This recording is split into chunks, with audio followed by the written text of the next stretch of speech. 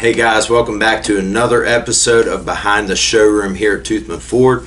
I'll be your host, Justin Nolan. Today we have with us the man, the myth, the legend, our GM, JR Toothman here at Toothman Ford. JR, thanks for coming on, buddy. Good to be here. Absolutely. JR is our general manager. He basically sees every department, oversees every employee that we have here, makes sure everything's running smoothly as planned. So we'll start off. JR, years ago when you were younger, Mom and Dad started the dealership here. Give us a brief overview of where you were at that point in your life and how it took place.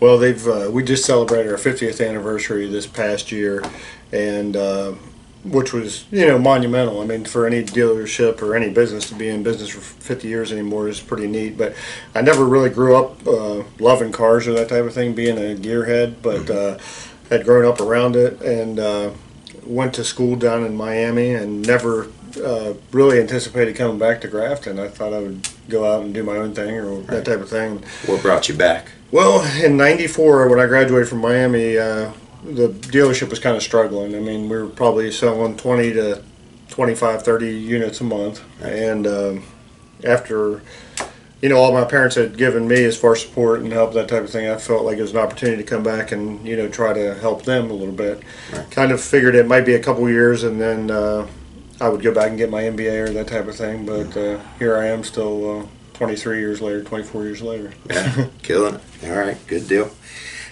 So if you could take it in your own words, I know we hear it on the radio all the time, cars really do cost less than Grafton, but if you could make that your own and really explain to people what makes that true. Well, we've used that theme for quite a while now, and initially we had started using it because we had to price things low because being in Grafton, we're off the beaten path of just a little bit, so we don't have a natural amount of traffic or population right here, so we had to price pretty aggressively. So we thought that's catchy, and then in recent years, since the technology has really taken hold, we feel like we just give the customers a great value proposition, and that's something we feel good about. It's not just an advertising slogan, it's the fact that we feel like we give them the most bang for their buck that they can find, and that's why we see people from all over West Virginia, Pennsylvania, Maryland. I mean, I think we're up to 40 or 41 states now that we've sold in like 4 countries, and I think that kind of speaks for itself. Absolutely, especially for here in small little Grafton, West Virginia. So aside from the way our units are priced, how do we reach 150 to 200 cars being sold out of our dealership per month? There's a lot of moving parts, and you have everything. It all starts when a vehicle's either purchased, and we have buyers that are out at auctions. They're buying vehicles off the street. Try to find the top level vehicles. It's not just a matter of going out and buying cars, because anybody can buy cars. But they have to go through our kind of rigorous standards. Right. Then once that vehicle comes in, it needs to be cleaned up. It needs to be photographed. Has to go through our service department. The average vehicle that we spend before we sell it, we spend about $826 going through the shop. Mm-hmm. And a lot of these vehicles are under 50,000 miles, so we're thoroughly going over the vehicle to make sure it's right before the consumer, the end product. Right. And then, like I said, then that's all before you even a customer has met a salesperson. So there's a lot of things going on behind the scenes. Yeah. Our BDC staff, as far as taking incoming phone calls, that type of thing. Then it gets to the salesperson and the finance department, sales managers, that type of thing. So there's a lot of different moving parts in a dealership. It's kind of like 4 to 5 different businesses under one roof. Right. It's complex. So last winter was my first winter here. I started last May. Extremely thankful, by the way, to start here. But I know in the month of November, daily for seems like a couple weeks anyway, every day you was giving $500 to a charity. And then in the latter part of the month of November, I know you gave $50,000 to the West Virginia University Children's Hospital.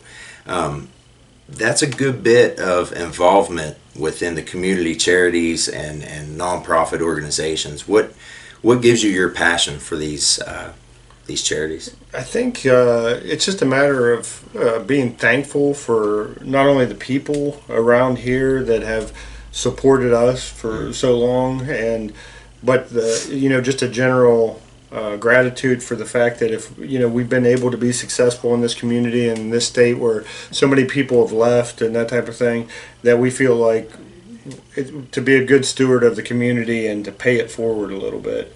And it's important to us. It's important to me just because I think that when we have the opportunity to do that, and we've tried to do that within Grafton, and then like I said with WVU Children's Hospital, something we feel very passionate about as well. And we're just we hope to be able to continue to do that. And if we're doing our job right and selling cars and servicing cars and taking good care of our customers, we'll be able to continue to do those types of things. Right.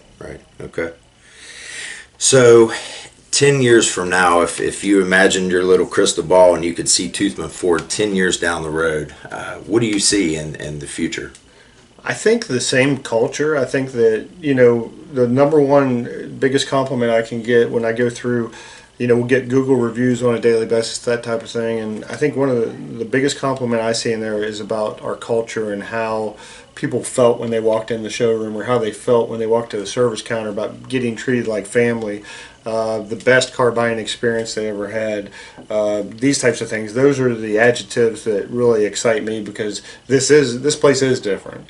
Now, things are going to change in the world around us with technology and the automotive business and that type of thing in the next 10 years. But I will say that we continually are on the edge of adapting and embracing that chaos to make it a good experience for the customers. So I think, although things may change as far as technology is concerned, even the process of buying a car sometimes, I think the culture is what makes Toothman Ford, and that's all the people under this roof, and I think that'll continue to stay the same. I would agree. Okay, so to kind of branch off of that, and not just because I'm sitting right beside of you, but everyone under this roof, whether it's the sales floor, service department, the BDC, parts, every employee of Toothman Ford, I've heard say at least once, best job I've ever had. I'll never leave, or I love it here.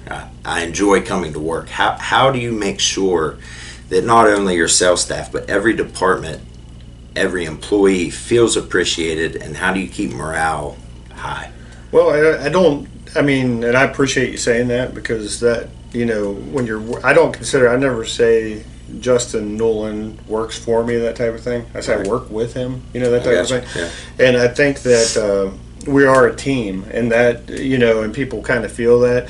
People don't always have to agree with the decision I make, but I think they respect it, and the fact that I'm coming from a level field of fairness. Absolutely. And I think that's kind of the same way, I've always tell my managers when we're dealing with customers, I said, customer's not always going to agree with the decision you made, but I said if you try to put yourself in their shoes and say, if I had just purchased this car and this happened to it, or just as an example, how would I feel? What would I want done? And if you make that decision based upon that, I think 9 times out of 10 you're right.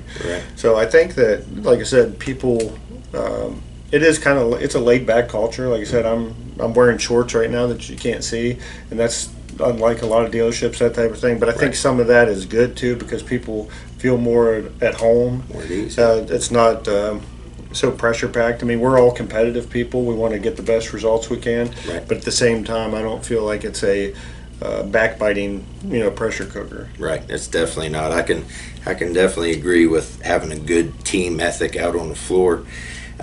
So a huge question, and we'll close up with this, that I always get weekly probably, is how do you know all these NFL players? Pittsburgh Steelers, sports fanatics, they're always asking me. I gotta give a shout out to he's actually become a good friend of mine, Will Johnson, that played at WVU. Okay. And he played for the Steelers for I think 4 years, and then 2 years with the New York Giants. Well, Will came down here about 5 years ago. I think it was his rookie season with the Steelers. Just found us on the internet, through Google, and came to buy a truck. And we just hit it off. And then through him, and then through some other people. It's just kind of a word of mouth. It seems to be a small fraternity, and Right. Jed Jerko, another, the baseball player who plays for the St. Louis Cardinals. He's a local guy. His family bought vehicles for us before, when Jed was back in high school. Really? And it just so happens he's been very successful and a great, spokesman and customer of Toothman Ford. And it's pretty neat because we find out that they're just normal people like the rest of us. Definitely. But it does make it fun. Oh yeah, it's an exciting thing. Well, guys, here he is, JR Toothman. Thanks for watching. See you next week.